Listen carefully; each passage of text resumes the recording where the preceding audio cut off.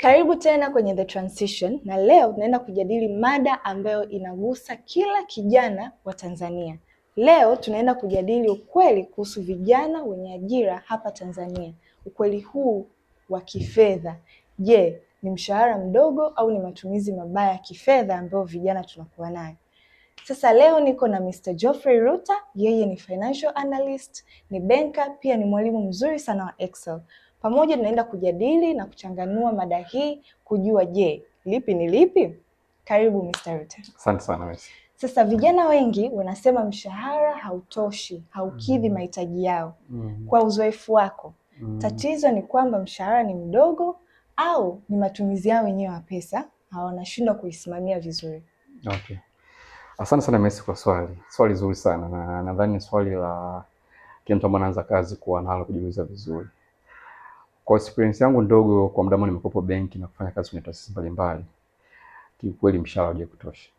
Yaani siku zote mshahara utatosha. Maana changamoto ni kwamba mara nyingi mshahara unaongezeka na matumizi yanaongezeka kama supermanage vizuri. Yeah. So mtu ambaye alikuwa anapanda daladala, mshahara ukiongezeka sema anyways acha ninunue gari. Amenunua gari. Gharama ya daladala na gharama ya mafuta tofauti. Kwa mwisho wa siku lazima tu matumizi yataongezeka. Yeah. Lakini pia mtu ambaye alikuwa na gari ya kawaida, labda CCF 1400, labda alikuwa ni Vitz au ST au ni gari nyingine ambayo inatumia mafuta kidogo. Baada ya mshahara kupanda, atasema acha nihamie kwenye gari ya juu zaidi, labda na CCF 2 ambayo inakula mafuta zaidi. Unaona unavyozidi kuona kadri mshahara unazidi kuongezeka, kama usipokuwa makini, matumizi yako yakiongezeka, mshahara utakuwa hautoshi. Kwa hiyo jibu la kwanza la rahisi tu ni kwamba siku zote mshahara utoshi kwa sababu ya jinsi matumizi yanavyoongezeka. So kwangu mimi ushauri mkubwa kwa vijana wengi au watu ambao wanaanza kazi au wataalamu ambao wako kazini, wajifunze namna ya kumanage the expenses, kwa sababu hapo kuna variable mbili. Una mshahara lakini una expenses. Unaweza usiweze kucontrol level ya mshahara ambao uko nao, lakini unaweza kucontrol upande wa pili, level ya expenses ambazo unazozitumia. Mfano kama unaanza kazi, sidhani kama kuna haja sana kukaa nyumba 600,000, 500,000 au laki ngapi. Kama uko mwenyewe, kuna nyumba za bei nafuu ambao unaweza kukaa kutokana na kiwango chako cha mshahara. Inashauriwa kwamba wanasema kwenye uchumi, kiwango chako cha kodi kiwe chini ya 30% ya mshahara ambao unaopata. Kwa kama unalipa kodi juu ya 30% ya kipato unachokipata, inamaanisha unaishi beyond your means. So ni vizuri sana kumanage expenses zako kwanza, na mwisho wa siku unaweza kuishi maisha mazuri na mshahara ambao unaopata. Yaani kama umeshindwa kumanage your expenses, kwamba kadri kipato kinazidi kuongezeka lakini pia unaongeza matumizi, basi mshahara utatosha siku zote. Yeah. Sasa umegusia kwenye mgawanyo wa pesa kwa kidogo sana, ila natamani kupata maelezo zaidi. Kwa kijana, mfano vijana wengi, makampuni mengi ambayo kwa kijana anayeanza kazi, minimum amount, sema range ya mshahara inaweza ikaanza 800,000 mpaka 1,000,000. Yes. Kwa range hii, kijana ambaye anapokea mshahara ndani ya range hii, tupe mfano halisi wa mgawanyo wa pesa ambao anatakiwa afuate kuwa na nidhamu nzuri ya pesa. Okay. Asante sana Messi. Labda nikuulize pia swali. Wewe unataka nilipe kiasi gani kwanza? Kwa kweli bilioni. Yeah, ni kweli kwenye makampuni mengi minimum wage salary ni 800,000 kuja juu. So kusema ukweli, cha kwanza kabla hujajua uweke vipi mgawanyo, lazima ujue kuna vipaumbele ambavyo unavyo. Si watu wote tunafanana. Kuna wengine wana background tofauti. Kuna baadhi wengine wanasomesha wadogo zao. Kuna baadhi ya watu wana support wazazi wao. Kuna baadhi ya watu labda wameanza na familia tayari. Kwa hiyo kuna mazingira tofauti tofauti. Hakuna ile rule of law kwamba ni mgawanyo kwa hivi na hivi.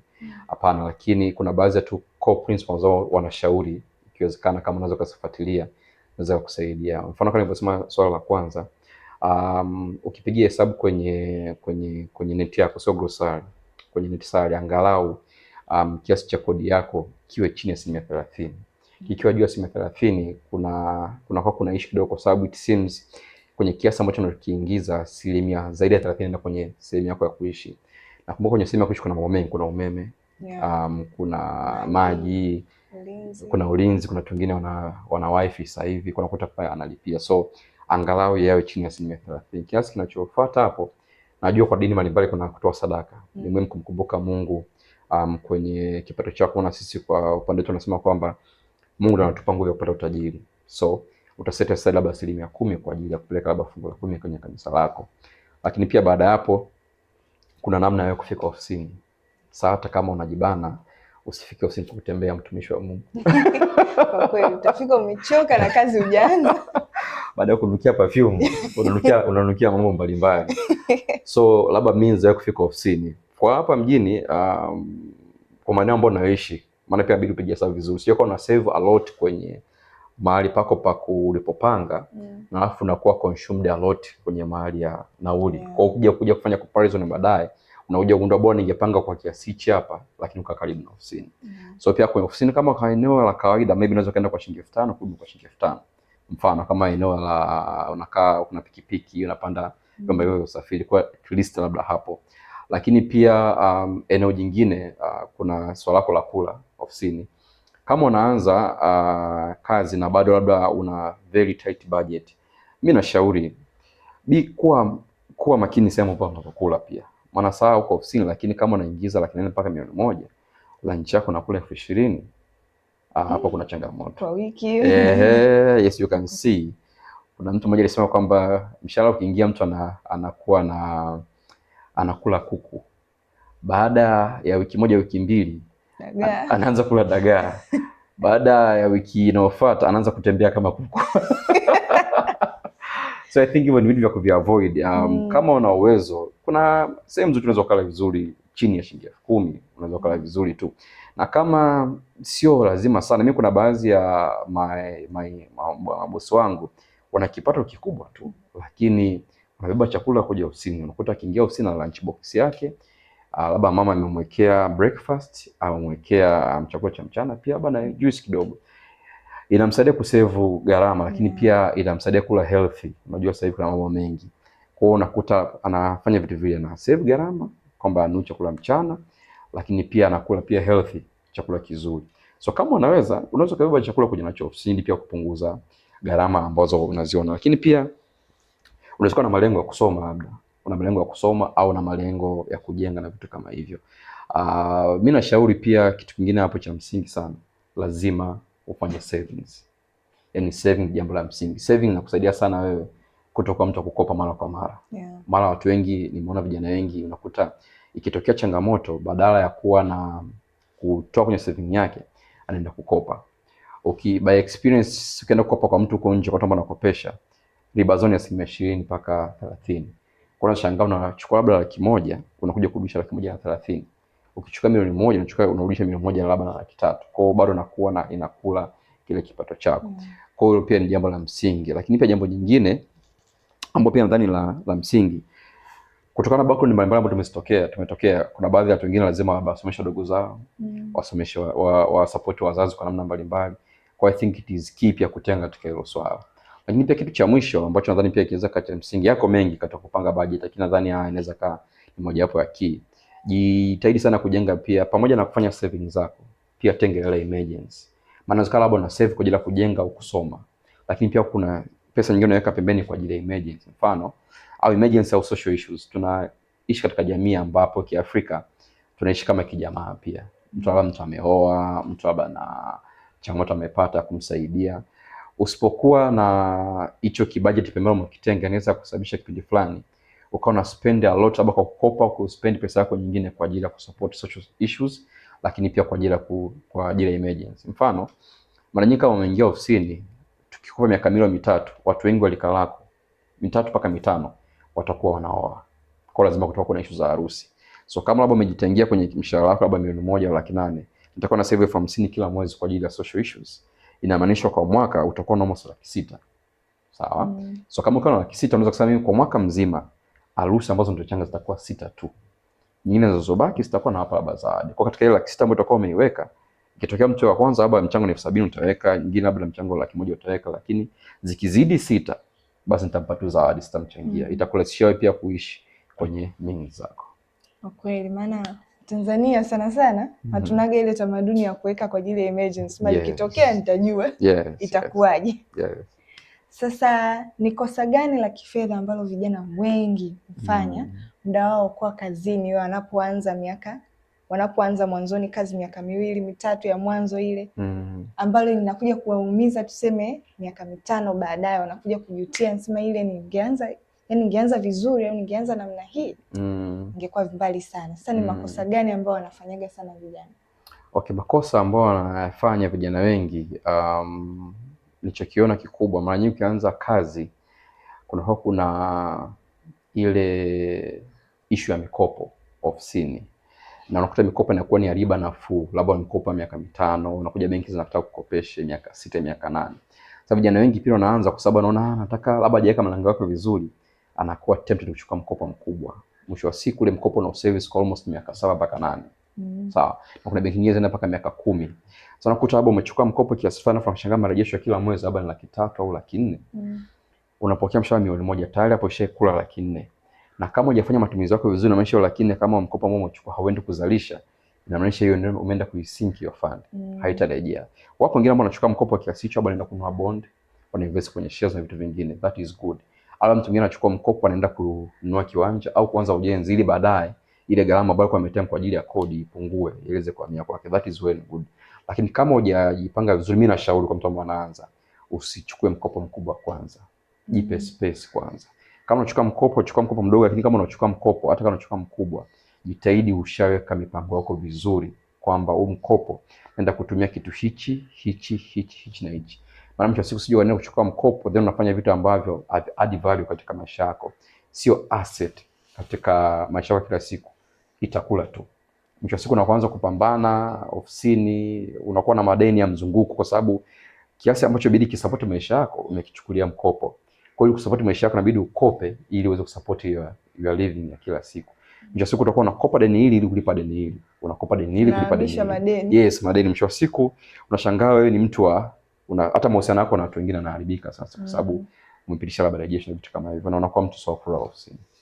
Kosa la pili ambalo pia nimeliona vijana wengi tukianza kazi. Unajua ofisini kila mtu amekuja kivyake na kila mtu ana means zake za kuishi. Sasa nimekuta kuna baadhi ya watu wakifika ofisini kwa sababu ya peer pressure wanafanya maamuzi ambayo sio mazuri. Mfano kama nilivyosema issue ya kwanza ya budget, kuna baadhi ya watu ambao anaambatana nao sio wa mlengo mmoja. Mwisho wa siku anakuja anampotezea muda. Mfano kuna baadhi ya watu baada ya kufika ofisini ndio wameanza kufanya anasa za kutosha, na mwisho wa siku anasa ni gharama. Kila weekend ipo kwenye issues za starehe 100,000, 300,000, lakini imekatika. Kama unaingiza milioni 1 kwa mwezi na kila weekend wewe laki nakatika, na maanisha kwa weekend 4 inaonyesha 400,000 hiyo. Kwa kwenye it's a lot of money. Kwa tayari shabaki 600,000. So kitu kingine pia cha ofisini ambao vijana wengi wanakosea ni aina za marafiki ambazo wanaingia nazo ofisini, especially marafiki ambao hawasaidii sana kufika kwenye malengo yao, ila marafiki ambao wanaingiza katika vitu ambavyo sio vizuri. So be careful unapoingia ofisini. Kama una marafiki, be intentional. Sio lazima una association na kila mtu. You can choose who to associate with kwa sababu ya malengo yako mwenyewe. Mtu mwingine anaona labda mtu mwingine labda na kila wiki anabadilisha nguo mpya. Naye kwa sababu kwa hiyo peer pressure ananitendea kakopi afanye kile kitu. Mtu mwingine anaingia ofisini labda nipa mshahara mmoja pamoja, lakini mwanzo wako ana gari nzuri sana, gari kali. Unajua anapata wapi gari lake? Wengine labda ni wazazi, wengine wanakaa ustabei labda. Mfano kitu kama hicho. Umetafuta pa kuiwekea. So inategemea na background tofautiana. So ukiingia ofisini live your means. Sawa, kuna marafiki lakini jitahidi kujua umetokea wapi na changamoto zako ziko wapi na watu wangapi wako nyuma yako. Kuna mtu mwingine anaweza kaishi mshahara wake ukiingia tu yeye anakwenda kufanya shopping, lakini wewe kumbe una wazazi wanakutegemea, una ndugu zako kusomesha, labda una mipango ya kujenga, unasoma, labda unajisupport mwenyewe. Huwezi kumpatana na hao watu kwa sababu mwisho siku atakupoteza tu. Kwa hiyo nadhani ni kitu cha msingi pia kuzingatia. Vijana tuna ile tunasema tunaupa mwili pole. Tafuta kazi, umesota. Umeipata unasema sasa ngoja niupe mwili pole. Very true. Sasa tumezungumzia kwamba ni muhimu sana kwa kila kijana ambaye anaanza ajira, ameshaanza kuwa na nidhamu ya kifedha. Na kuwa na nidhamu ya kifedha umegusia kwamba kuwa na budgeting nzuri, unapangilia matumizi, unapangilia investment, unagusia hadi kwenye emergency. Sasa kwa mtu ambaye hana hiyo background ya finance ya namna yoyote ile kabisa, ila anatamani sana awe na nidhamu ya kifedha. Yani ni njia gani rahisi ambayo yeye anaweza akafuata kuanza nayo bila ile kumchanganya mahesabu, ma Excel, ma debit, manini. Ni njia gani ambayo asichanganyikiwe akaona jamani mimi basi pesa zipo nitatafuta tu. Ni njia gani anaweza kuanza kujenga hiyo tabia ya nidhamu ya fedha? Okay. Sasa mimi kama na mshauri mtu hapo, kitu cha kwanza kabla hujaenda kwenye masuala ya mahesabu. Unajua hesabu ilikuwa janga la kitaifa zamani, sasa hivi sishabadilika. I think kabla hujaenda kwenye mahesabu, cha kwanza inabidi uwe mtu ambaye unaishi kwa vipaumbele. Mfano, maana budget ni tafsiri ya vipaumbele vyako. Mfano kama Messi, nikiona umeandika bajeti yako lakini 30% ya bajeti yako ni mavazi, inamaanisha kipaumbele chako ni kuvaa. Sawa. Kuna rafiki yangu mmoja hivi, mdogo wangu mmoja ananiambia, sasa hivi issue yangu mimi ni kuoga, kunukia. Manukato tu. So, budget ni tafsiri ya vipaumbele vyako. Kwa kabla jana kuset budget, wewe kama kijana vipaumbele vyako ni vipi? Mfano, labda vipaumbele vyako katika mwaka husika ni kusoma. Kwa nategemea nione 1% kubwa ya bajeti yako inaenda kwenye kusoma. Labda kipaumbele chako katika mwaka husika ni kununua kiwanja. Nategemea kiasi kikubwa kiwe katika hiyo sehemu. Labda kipaumbele chako katika mwaka husika labda ni kununua gari, au kipaumbele chako katika mwaka husika ni kuwasaidia wazazi kutoka sehemu moja kwenda sehemu nyingine. Nategemea nione hivyo. So kabla hujaenda sehemu yote, kwanza kana daftari lako, anza kuandika vipaumbele vyangu katika mwaka ni kitu gani. Then baada hapo ndo budget ndani sawa sana hivi vipaumbele vyako. So ukiniuliza mtu ambaye anaanza, cha kwanza andika vipaumbele vyako katika mwaka. Mfano, tuchukue bado umeanza kazi na kipaumbele chako cha kwanza ni kusoma masters. Maana hivyo vingi masters ni 500,000, 4,500,000, lakini zinakuwa portion. Kwa mfano unaanza kazi sawa mwaka huu, mimi kipaumbele changu ni kusoma. Sawa, nataka nianze mwezi wa 10 darasa. Nianze intake ya mwezi wa 10. Na sasa ni mwezi wa kwanza. Kwa moja, ili niweze kufikia kiwango cha kufikia au kupata 3,000,000, inabidi ni save kiasi fulani kila mwaka.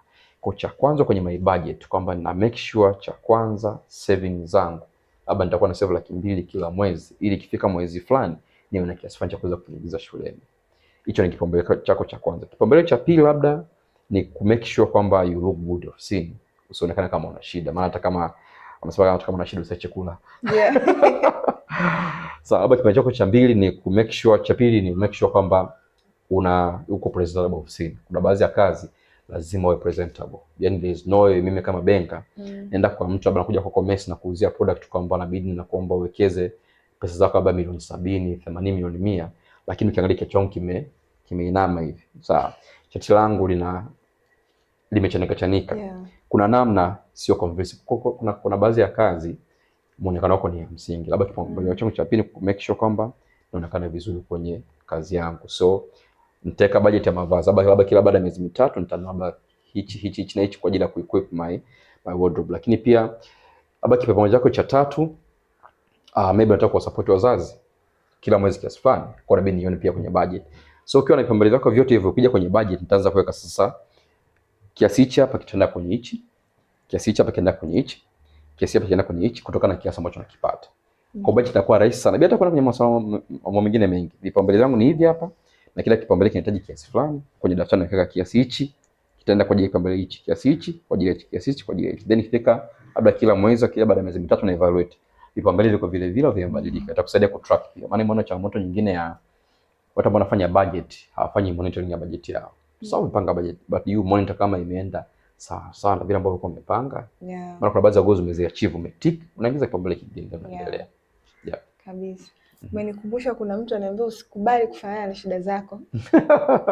Sio huna hela basi ndio umepauka. No, ni muhimu sana kuwa presentable. Kuna kazi nyingine ndio muonekano wako inaleta first impression. Unaenda saluni au unaenda mahali namuuzia mtu kipodozi afu kikuangalia wewe kipodozi kinafanya kazi kweli? Akamwambia anza wewe kwanza. Mwanza wewe kwanza. Ni kweli kabisa. Sawa, watu wengi wanasema ongeza kipato kwanza, budgeting baadaye itakuja. Ndio. Najua kubudget nitakiwa nifanye 1, 2, 3. Ila kusubiri kwanza nifike kiasi hiki cha mshahara afu nitaanza. Wewe unaona ni kipi kinatakiwa kianze, kuongeza kipato au kudhibiti matumizi? Okay, labda nikupe mfano Messi. Wewe unaenda kuchota maji, sawa, unataka kujaza maji kwenye pipa. Njia rahisi nzuri ni ipi? Mfano kama unaenda kuchota maji kisimani, mpaka unakuja kujaza kwenye pipa bado ndoo imetoboka. Kwa ukifika kutoka kisimani mpaka kwenye pipa, ulikuwa umechota ndoo nzima ndogo. Ukifika kwenye pipa ndoo iko nusu. Au muda mwingine unasema hiyo ndio tatizo. Acha kwa sababu nafika nusu, wacha nibadilishe ndoo, niongeze ukubwa wa ndoo.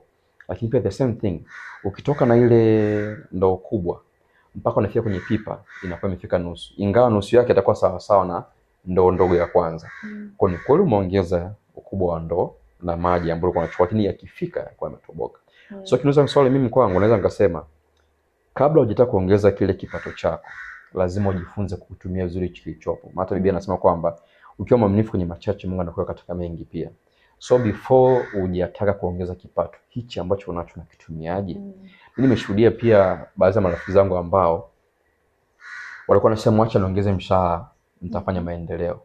Lakini kabla hajajua huu wa kwanza kutumia vizuri, hata kama ukiongezeka itakuwa ni vile vile tu. Kwa sababu mara nyingi pesa ni tabia ya kuongea. Ushapita sehemu huna hela, sawa? Ukishakuwa huna hela usikia njaa ukifika baadhi ya maeneo. Lakini siku una hela utasikia tu alifu unasema sijai kula baga siku moja. Labda huna hela, maduka nguo kutembea, yes. Yaani huna hela, unaona kabisa unaweza ukatembea vizuri au kupanda tu daladala vizuri, lakini siku pesa ikiwa mfukoni utaona application about inakuita hivi. Umeona? So my point is jua kumanage ulichokuwa nacho kwanza kabla kukiongeza. Maana hata kama ukikiongeza kama hujajua kumanage kitapotea tu mwisho wa siku. Ni kama ndoo ambayo imetoka kisimani kuweka kwenye pipa, kama imetoboka vitaondoka tu. Kwa cha kwanza jua kukimanage hichi cha kwanza cha budget, then baada hapo ongeza kinachofuata. Sasa let's talk professionally. Kwa kijana ambaye anaanza kazi, wewe kama financial analyst, banker, mwalimu wa Excel, wanipanga Messi. Ni kwa upande wa Excel na digital tools, zinamwezaje kumpa kijana advantage kwenye career yake pamoja na financial management binafsi, kusimamia fedha zake? Na ni skill gani moja ya Excel ambayo inaweza kubadilisha kabisa trajectory ya ajira yake? Okay. Sasa hapa umegusia vitu viwili Messi. Cha kwanza umegusia tools zinaweza kumsaidia vipi kwenye kuboresha kazi yake, lakini pia tools zinaweza kumsaidia vipi kuimprove budgeting yake. Labda naanza na swali la kwanza. Moja hapo, wewe kama mnafanya field yote ambayo inahusiana kuandaa report ofisini. Ripoti nyingi ofisini zinaandaliwa kwenye Excel. Especially kama kwenye field ya finance. Yaani ukiandaa ripoti yote ile ambayo especially kuna numbers, lazima utatumia Excel. So moja hapo skill, mtu kama uko chuoni, mimi na mtu kama uko chuoni sasa hivi au labda ndio umeanza ajira, jifunze Excel. Inaweza kusaidia kwa stand out sana ofisini, kwa sababu hata kama unatumia software nyingine kwenye kazi yako, mara nyingi utadownload kuandaa report, utadownload ile format yako, ile file yako, then after that itakuhitaji uichakate kwenye Excel. Mfano, kuna baadhi ya wasibu wanatumia Batari, sijui QuickBook, sijui SAP, hizo ni software za accounts mfano. Lazima utadownload, utafanya labda kule kitu unachofanya, lakini utadownload some of the reports, utazicustomize kwenye Excel. Kwa moja hapo ya skill ya muhimu ambayo naweza kumwambia mtu, jifunze Excel mapema. Kuna namna nyingi za kujifunza, kuna YouTube na lakini pia nafanya course kama nilivyosema, unaweza download my course ukaona. Kwa hiyo moja hapo tool ambayo mimi namshauri mtu ambaye anaweza kumsaidia kubadilisha uelewa wake wa Excel. Mara nyingi ukija kwenye interview Excel, watakuja kwenye maeneo matatu. Eneo la kwanza ambalo watakujaji, watakuuliza je, unaweza kudili na big data. Kudili na big data kuna tools nyingi, moja hapo tu ndio pivot table. Nimeona kwenye interview nyingi sana watu wakienda unapewa data na ambiwa tumia pivot table kusummarize the data. Kwa make sure unajua pivot table. Tool ya pili ambayo inaweza kusaidia pia, kuna tools zinaitwa lookup functions. Kuna VLOOKUP, HLOOKUP, XLOOKUP na nyinginezo. Najua naongea vitu ambavyo unavielewa. Kabisa. Yeah, lakini tool ya mwisho ambayo nimeona kwenye interview nyingi wanajojiwa au ukienda ofisini utatumia sana, kuna tools zinaitwa logical function. Kuna if, kuna sum if, na kuna count if na nyinginezo kama hizo. zitamsaidia sana mtu kwenye maisha yake ya kazi ya kila siku kuweza kuexecute. Hiyo ni kwa upande wa career. Lakini kwa upande wa kumanage your finances, ili uweze kumanage finance zako vizuri, jua tu basic operations: kujumlisha, kutoa, kugawanya, kuzidisha. Kwamba ukiwa kutaka kuandika bajeti yako utaandika pale pap pap, labda mwezi huu natumia hichi hapa, sijumlisha hichi, basi haina mambo mengi. Kwa kama kesi unataka ujifunze how to manage your finance kwa kutumia Excel, those are the basic operations za kusaidia sana.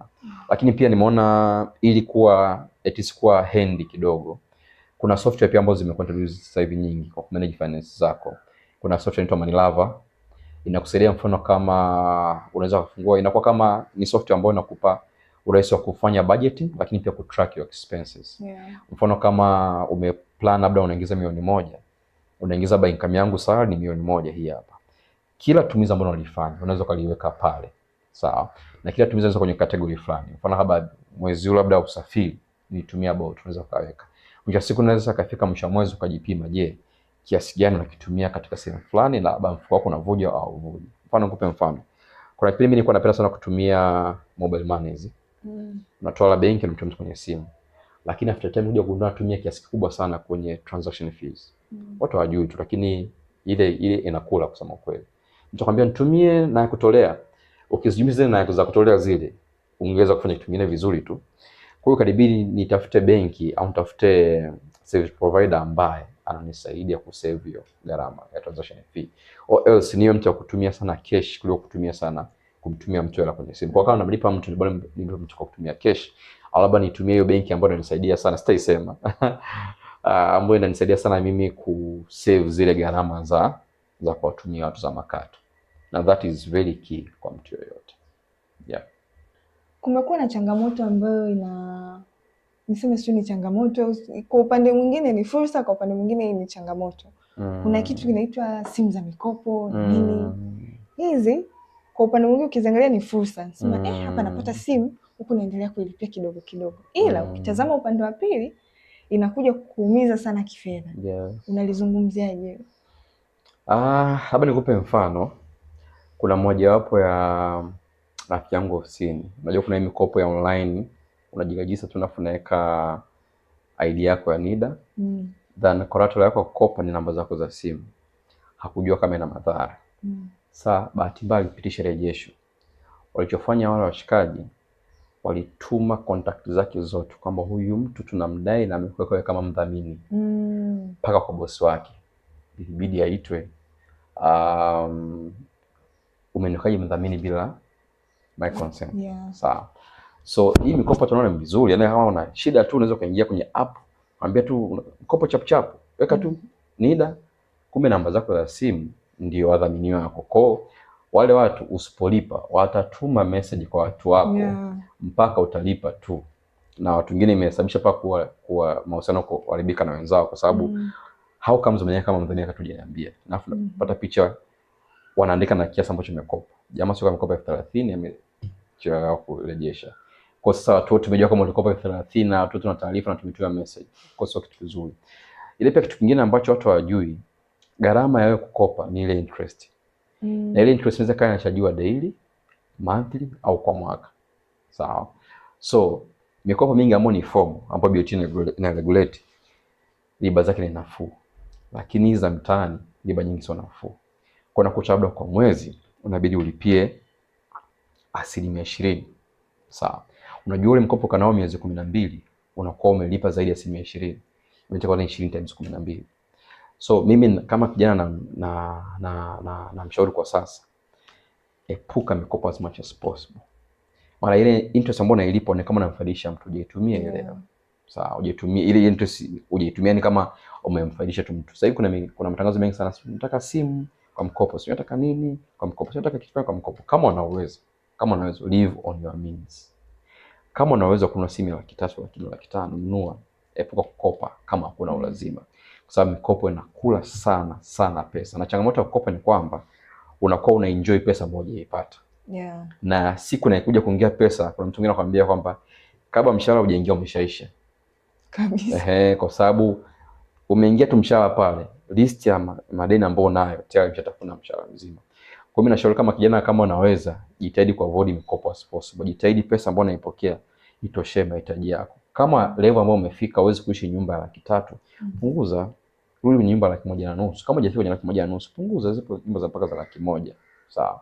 Kama huna uwezo wa kwenda ofisini kwa bajaji, tumia daladala. Kama una uwezo wa kununua gari lakini uwezo wa kununua bajaji, tumia yani ishi on your means, ili kusaidia pia uwe na kiasi cha ziada, sio utumie hadi ziada ili upate finance nje. Mikopo ni gharama na inakula sana pesa za watu. Kwa mimi kama namshauri kijana, avoid as much as possible mikopo, especially mikopo ya mitaani. Kama unachukua mkopo, chukua mkopo formal. Kama benki pale unaenda kuchukua mkopo, riba ni 19%, lakini 19 ni kwa mwaka mzima. Kwa ukitaka kupiga kwa mwezi ameshatoka 19 kwenye ile 12, that would be better. Lakini kwa mtaani riba si 20 kwa mwezi. Kwa ukipiga kwa mwezi 12 ni 20 times 12, kwa inakuwa ni hasara kubwa. Sawa. Nahisi nimepokea moja hizo message za umewekwa mdhamini. Mbona sasa sijawahi hata unashtushwa kwanza na kushangaza. Sio jambo zuri kwa kweli. Sasa kwa mazingira sisi wa Tanzania kuna mambo mengi yanaendelea. Family pressure, kama hivyo mikopo ya simu. Kuna zile social expectations ambazo vijana kama vijana tunatarajiwa tufikie, ni ukipata kazi tunategemea uwe mtu fulani wa namna hii. Lakini umezungumzia tunatakiwa tuwe na vipaumbele. Ni muhimu sana kuwa na vipaumbele na kuvisimamia. Ndio. Lakini pia kuna familia, kuna vitu zile social expectations. Sasa kama vijana unashauri tunajengaje mipaka kwamba mimi ndio I can assist mpaka sehemu hii, kizidi hapa nisamee jamani. Sasa tunajengaje mipaka ya namna hiyo bila kuharibu mahusiano? Maana unajikuta sasa umeamka asubuhi umewekwa kwenye group la michango. Sasa michango kamati kabisa. Kamati mnawekewa na kiwango. Na kutoka sana nasema jamani natokaje huko ndani? Umekaa vibaya, kuna hili limetokea. Bibi kameza msumari. Na kuna mambo ya ghafla sana yanatokea ambayo muda mwingine sio lazima, ni yanaepukika kabisa. Sasa tunajengaje hii mipaka bila kuharibu mahusiano? Okay, mimi naamini mtu ni taasisi na kila taasisi na miongozo yake. Wewe kama mtu ambaye unajielewa lazima uwe na policy zako ambazo zinakuguide. Ndio maana kwenye policy zako zinazaa vipaumbele pia. Vipaumbele vinazaa budget. Moja wapo ya kipaumbele chako ulisema utaweka emergency 50 kila mwezi. Sawa. Changamoto ambayo naiona kwa vijana wengi sasa hivi wanaeleshwa kwamba watu watanionaje. Yaani mtu anakuambia mtu ana kazi, anashinda kunichangia 150,000 kweli. Kadi ya double, hata 100,000 kadi ya single. Pasipo kujua unaweza kupokea kadi 3 kwa mwezi. Nikumbushe tu mesi kwamba kama unachanga 100,000 kila mwezi, sasa hivi ujue base inabadilika. Sasa hivi single sio 70 tena. Single 100,000. Kwa mwaka mzima unakuwa umechanga 1.2. Hiyo ni mchango tu. Kama wadada nyinyi ndio kuna rangi za harusi, tuchukue basi gauni la kawaida, basi la kawaida sana 40,000. Sawa. Kila mwezi una rangi ya harusi mpya, shosti. Na hiyo ni gauni tu, bado kiatu, bado nywele. Unaweza kushangaa kwa mwaka mzima usipokuwa makini, ili watu wasije kusema watanionaje. Inamaanisha utakuwa una 1.2 michango peke yake, bado na mavazi. Na kumbuka kwa mavazi ambayo unavaa inaweza kukulazimu kwenye harusi uende kwa bajaji au uende kwa daladala, uende kwa Bolt kama una gari. Sawa. Kama unakaa mbali, labda Bolt labda ni 5,000 kwenda 5,000 kurudi. Hapo ni umbali wa kawaida. Kama ni mbali zaidi basi 10,000 kwenda 2,000 kurudi, kuna 20,000 zaidi hapo. Kwa hiyo usipoangalia ile watu watanionaje, inaweza ikakuharibia baadaye mipango yako. So mimi naweza kumshauri kijana aondoe issue ya watu watakuonaje, kwa sababu watu wana tend ya kurespect mipaka yako. Ukiacha gap kwamba huna mipaka, mwisho wa siku watu wataanza kucross ule mpaka wako. Mtu kama ni rafiki yako lazima aheshimu mpaka yako. Kwa kama una plan labda kwa mwaka utachangia harusi 6, let it be harusi 6. Baada ya hapo mtu kama alichelewa kupa taarifa, mpe zawadi. Maana pia harusi sio upato. Sio kwa sababu umeoa basi watu wote ambao kuchangia na wenyewe wachangia, hapana, sio lazima. So kama umepanga polisi yako ni kuchanga harusi 6 kwa mwaka, ishi hapo. Mtu amechelewa kupa taarifa, mpe zawadi. Sawa. Kama imetokea labda mtu amepata changamoto nyingine pale nimeona kwa vijana wengi, mtu akiona una kazi labda Mungu akubariki unapendeza, anaona una hela, Anakuambia una 300 ya haraka haraka hapa. Ya haraka Ya haraka. haraka haraka. Yaani sio kama 300 ya haraka haraka. Anaona kama yani it is just there. So mojawapo ya kitu ambacho mimi nilifundishwa hapo na mojawapo ya rafiki zangu na mojawapo watu ambao walikuwa wananimentor kwenye eneo la fedha. Kuna baadhi tunajua sasa nikimpa huyu mtu hela harudishi. Kwa hiyo ili nisivunje mahusiano naye, bwana nimwambie kweli sina, ili aende ili mahusiano yetu yabaki, au kama nampa pesa nimpe pesa ambayo najua hata kama siporudisha itakuwa na madhara. Kwa mtu ambaye ameomba una 300 ya haraka haraka, unajua pesa huyu mtu hata irudisha hii pesa. Unasema okay, 300 sina, ila for now unaweza kusupport kwa 100,000. Unampa, then hata akirudisha siporudisha, unajua pesa hii labda itakuumiza. Mtu ambaye anakuja anakuambia naomba shilingi 50,000, unajua sio nikipa huyu mtu hata urudisha, naambia 50,000 kwa sasa hivi sina, lakini naweza kukupa 20,000. Itakusaidia at least muonekano kama umejali, lakini pia hata asipokurudishia yale mahusiano yataweza kuvunjika. Lakini kama ukiwa mtu akiomba 300 nampa ya haraka haraka, wewe utakuwa mtu wa haraka haraka. Mtu kama 1,000,000 nampa, itakusaidia kutavunja mahusiano pia na hao watu. Sasa tugusie kwa wanafunzi wa vyuo. Kabla wanafunzi wa vyuo wengi kuna ile boom nini, wanapokea hela kutoka kwa wazazi. Sasa anaona kwamba zipo zitakuja tu zitakuja. Ila kuna wale ambao wakimaliza chuo sasa mzazi ndo anakuangalia wewe. Tunaanza kuangaliana, kijana vipi? Hauwezi tena ukaanza kumwambia baba hela soksi, mama hela tai ya nywele. Wewe ndo unaikuja kuangaliwa. Kwa hiyo ni muhimu sana kujenga nidhamu ya kifedha kuanzia akiwa chuo, ili anaanza kupokea pesa yake, anajua mimi nitaanza kufanya 1, 2, 3, labda nitaizalisha, nitaanzisha biashara au nini. Ila sasa kama si mtaalamu wa fedha unawashauri wanavyuo ni tabia gani waanze wakiwa chuo, au ni vitu gani anaweza akaanza kufanya kujenga ile tabia ya kuwa na nidhamu nzuri ya kifedha, ili hata anapomaliza chuo isiwe ngumu kwake katika hiki kipindi cha tunasema anapewa orientation ya mtaani. Asihangaike sana, awe tayari na ile ni msingi mzuri wa kusimamia fedha zake. Okay. Mimi hapo Messi nitazungumza mambo matatu. Jambo la kwanza, ungenirudisha mimi sasa hivi nirudi chuoni, vitu ambavyo ningetamani kuvifanya ambavyo vingenisaidia kwa kusogea vizuri. Cha kwanza, ningewekeza sana kwenye elimu ya fedha kwa kusoma vitabu, lakini pia kuwasikiliza watu ambao wamesoma katika ile eneo. Walimu wako wengi sasa hivi. Kuna mfano kama kuna Mwalimu Busara anafundisha vizuri sana, lakini pia wengine wengi nimewaona. Ningeweza kuwekeza sana kwenye elimu ya fedha. Maana kama nilivyosema pale mwanzo, kuna swali ulizo sana issue ya budgeting. Mara nyingi uwezo wako kupanga budget una reflect sana elimu yako ya fedha ambayo unayo. Uwezo kusema kama labda nitakuwa naweka 100,000 kwa ajili ya kununua hisa, kati elimu ya hisa hauna. Uwezo kusema labda nitakuwa naweka labda 200,000 kwa ajili ya kununua bonds, lakini elimu ya bond hauna. Kwa mimi kitu ambacho ningewekeza kipindi kwa mwanafunzi, hata kama kipindi pesa haijaja, ningewekeza sana kwenye elimu ya fedha. Kujua namna gani naweza diversify pesa ambayo nimeipata, lakini naweza kainvest vipi, lakini pia nikaitumia vipi iweze kuzaa. Kwa kama kwa mwanafunzi ambaye naweza nikamshauri kwa sasa, mimi mwanzo chuo mwaka 2016 by the way. Kwa ni mhenga kidogo. Mhenga. So ningeweza kuinvest sana kwenye elimu ya fedha, kusoma vitabu, lakini pia kwenda kwenye seminars za masuala ya fedha. Ili siku ni kama vile una ndoo unasubiri iwe na maji, ujaze maji baadaye. Ungeweza kuisafisha mapema, ukija kuijaza maji ingekuwa nzuri zaidi. Lakini kama unasubiri paka maji yaje unaweza kusafisha, unaweza kuachiliwa kupata maji machafu. So ningeweza kusafisha akili yangu kwanza, kutoa zile vitu ambavyo sio sawa sana mambo ya fedha, then niweke vitu vipya kuhusiana na fedha. Hicho cha kwanza. Lakini pia cha pili, ukirudisha chuo sasa hivi, ningeweza kuwa na discipline kubwa sana ya boom ndio nalipata. Unajua muda mwingine kwa sababu ninakuja kila mwezi, unaweza ukakosa discipline ya kutunza. Kama ningeanza kusave hata kwa shilingi 50 kidogo kidogo huko nyuma, mpaka sasa hivi inawezekana save ambazo nazo zingekuwa kubwa kuliko ambazo ningekuwa nimeanza hicho kipindi hicho. So my point is, ningeanza kuanza kuwa na discipline mapema ya kufanya savings, ingenisaidia sana. Lakini pia issue ya mwisho ambayo naweza nikamshauri especially mtu wa mwaka wa mwisho, kuwa makini sana na boom lako la mwaka wa mwisho. Hilo boom ndio wanasema boom transition kama kipindi kinavyoitwa. Mtaji. Boom mtaji. Boom la mwisho, jitahidi sana kufanya vitu very necessary. Mfano, hilo ndio boom ambao inabidi uandae nguo kwa ajili ya interviews. Nguo ambazo tumeandaa kwenda chuoni naweza siwe sawa sana ambazo naenda kwenye interview. kama ulivyosema, hata kama una shida usivae kama shida yako. Yeah. Kwa bomu la mwisho jitahidi unapata, kama ni mwanaume pata suruali 2 au 3, labda nyeusi, ya kijivu na blue. Pata mashati mawili, labda shati jeupe na shati la light blue kama ninavyovaa mimi hapa. It is a shirt corporate ambazo zinakusaidia ukienda kwenye interview utaonekana uko neat and smart.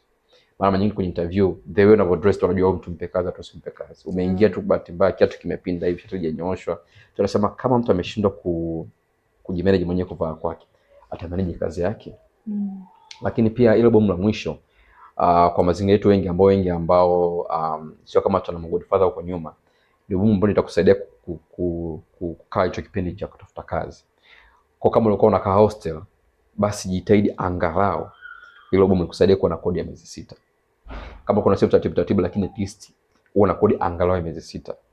Lakini pia kitu kingine katika bomu lako likusaidia kusurvive mule ndani kwako kwa miezi 6.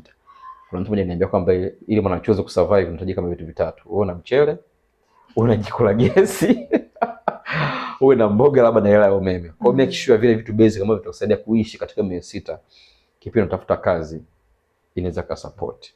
Kwa mimi ningeweza kusema kwa hiyo vitu 3: elimu ya fedha, lakini pia uwezo wa kusave, lakini pia bomu la mwisho angelitumia vizuri zaidi kwa ajili ya kumanage that transition. Kama tulivyosikia, imebaki sisi vijana yale ambayo tumejifunza tuyaweke katika matendo. Asante kwa kuwa pamoja nasi katika kipindi cha leo. Usisahau kulike, kushare pamoja na kusubscribe katika channel yetu. Lakini pia comment ni jambo gani ambalo jipya umejifunza siku ya leo, au ni namna gani wewe unasimamia fedha zako, ni skill gani unatumia, ni njia gani unatumia, kama ni application, kama ni principles ambazo uko nazo, share nasi kwenye comment section. So bye until next week.